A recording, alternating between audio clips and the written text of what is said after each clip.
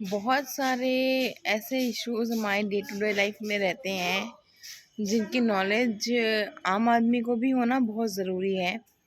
जैसे प्रॉपर्टीज़ के रिगार्डिंग बहुत सारे इश्यूज हो जाया करते हैं। कई बार क्या होता है कि जैसे हमारी कोई प्रॉपर्टी खाली है, हम उसको रेंट पे दे देते हैं, लीज़ पे दे देते हैं। ऐसा कोई भी एग्रीमेंट जब आप एंटर करते हैं किसी एग्रीमेंट में, तो उसको 11 महीने के लिए ही बनाएं, ताकि जब भी उसको रिन्यू किया जाए तो अगला टाइम भी 11 महीने के लिए ही स्टार्ट हो और आपके पास रेंट बढ़ाने का भी मौका हो।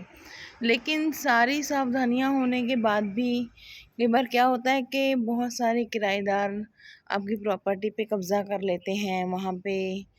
जैसे आपने दिल्ली में अभी कुछ टाइम पहले सुना था कि एक बुज़ुर्ग दंपति थे, हस्बैंड वाइफ, उनको अपना फ्लैट खाली करवाने के लिए अपना घर का सारा सामान लेके वो फ्लैट के बाहर ही बैठ गए, क्योंकि उनके पास रहने के लिए जगह नहीं थी और जो उनके किराएदार थे उन्होंने वो प्रॉपर्टी खाली करने से मना कर दिया। तो ये तो एक इंसिडेंट था जो मीडिया ने बहुत कवर किया, लेकिन इस तरह के बहुत सारे इंसिडेंट्स हो जाया करते हैं। हमारी प्रॉपर्टीज़ पे बहुत सारे लोग कब्ज़ा कर लेते हैं। तो अगर आपके साथ भी ऐसा कुछ हो रहा है, कुछ ऐसा हो गया है, आपके किसी नोन के साथ भी ऐसा कुछ हुआ है, तो आप वहाँ पे सबसे पहले तो अपना एग्रीमेंट ज़रूर रखिए अपने पास। उसके बाद आप पुलिस में कंप्लेंट कीजिए अगर आपके साथ ऐसी कोई भी घटना होती है। लेकिन पुलिस कंप्लेंट करना, केस दर्ज करवाना कोर्ट में, सिविल कोर्ट में आप केस फाइल कर सकते हैं, वो भी आपके पास ऑप्शन रहता है। ये सारी चीज़ें अलग हैं। उससे पहले आपको खुद ही अपनी प्रॉपर्टी को संभालने के लिए जो है सावधानी बरतनी चाहिए। जैसे कि कहीं आपका कोई प्लॉट है या आपकी कोई ऐसी प्रॉपर्टी ऐसी किसी जगह पे है जो कि बहुत डिमांड में है और शहर के बीच में आपकी कोई प्रॉपर्टी है, तो इस तरह की प्रॉपर्टी पे लोगों की नज़र ज़्यादा पड़ती है। इस तरह की प्रॉपर्टी को लोग ज़्यादा कब्ज़ा करते हैं। तो आप अपनी उस प्रॉपर्टी का खुद ध्यान रखें, खुद ख्याल रखें। वहाँ पे आते जाते रहें अपना। वहाँ पे आप वार्निंग बोर्ड भी लगा सकते हैं, या फिर कोई केयर टेकर भी अगर पॉसिबल हो तो आप वहाँ पे किसी केयर टेकर को ज़रूर रखें, ताकि आपकी प्रॉपर्टी का ध्यान कोई रखता रहे। अगर ये सब चीज़ें आप करेंगे तो आपकी प्रॉपर्टी जो है किसी डिस्प्यूट से बच जाएगी। लेकिन कई बार क्या होता है कि सारी सावधानियां बरतने के बाद भी हमारी प्रॉपर्टी पे कोई कब्ज़ा कर लेता है। तो अगर आपके साथ ऐसा कुछ होता है तो उस केस में आप, जिसने आपकी प्रॉपर्टी पे कब्ज़ा किया है, आप जाके उसको रिक्वेस्ट कर सकते हैं अपनी प्रॉपर्टी खाली करने के लिए।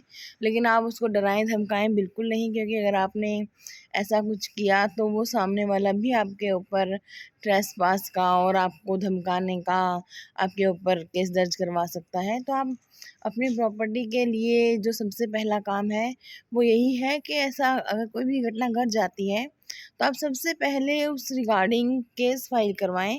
क्योंकि अगर 12 साल तक कोई भी आपकी प्रॉपर्टी पे बैठा है, किसी ने कब्जा कर रखा है और आपने 12 साल तक कोई इनिशिएटिव नहीं लिया, कोई कंप्लेंट नहीं की, कोई केस फाइल नहीं किया, तो 12 साल के बाद सामने वाला भी हकदार हो जाता है कि वो आपकी प्रॉपर्टी पे अपना कब्ज़ा दिखा सके। वो वो लीगली उस चीज़ के लिए जा सकता है कि मैं यहाँ इतने टाइम से रह रहा हूँ। तो इसलिए आपकी प्रॉपर्टी है, आप टाइम से उस चीज़ के लिए इनिशिएटिव लें, अपनी प्रॉपर्टी का खुद ध्यान रखें। अगर आपके किराएदार आपने कहीं रखे हुए हैं तो बहुत ज़रूरी है कि आप समय से अपने किराएदार बदलते रहें।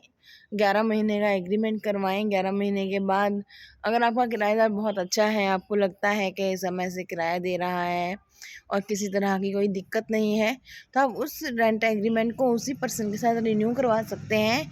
लेकिन अगर आपको ज़रा सी भी दिक्कत लगती है तो आप अपना किराएदार बदल दें, किसी दूसरे इंसान को किराए पर अपनी प्रॉपर्टी दें, कोई केयर टेकर रखें, वहाँ पे बोर्ड्स लगवाएं। और फिर भी अगर आपको लगता है कि कोई इशू है, कोई ऐसी प्रॉब्लम जो आपको सॉल्व नहीं हो रही है, तो आप मुझे मेरे वीडियो पे कमेंट करके मुझसे भी पूछ सकते हैं।